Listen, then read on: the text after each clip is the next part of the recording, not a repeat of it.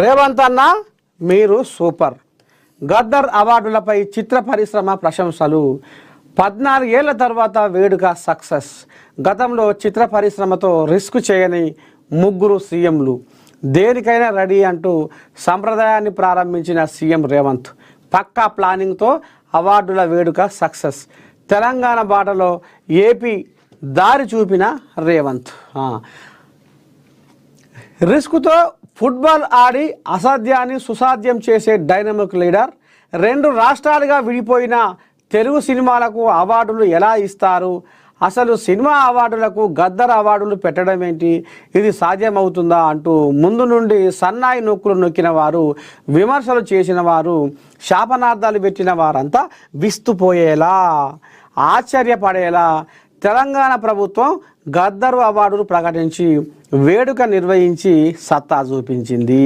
మొత్తానికి వేడుక grand success. 6 నెలలు వర్క్ చేశాం. అవార్డులు వచ్చిన వారంతా వస్తే బాగుండేది. FDC chairman Dil Raju. మొత్తానికి ఇక మరి 10-14 ఏళ్ల సంధి ఈ సినిమా వాళ్లకు. ఇక మరి మంచి యాక్టర్ అని, మంచి సినిమా అని, మంచి డ్యాన్సర్ అని, మంచి ఫైటర్ అని, మంచి హీరో అని, ఇక ఈ రకంగా ఎవరైతే ప్రతిభ కనబరిచిర్రో ఇక వాళ్ళను ఇక మరి ఈ 14 ఏళ్ళు ఇక మరి గత ప్రభుత్వాలు మర్చిపోయినాయి.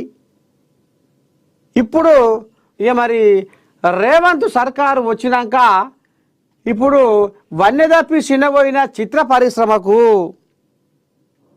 ఒక లక్ష్మమ్మోరు వచ్చి కొట్లాడినట్టుగా కనపడుతున్నది అనేది ఇక మరి సోషల్ మీడియా నిన్నయాల కోడై కూస్తుంది.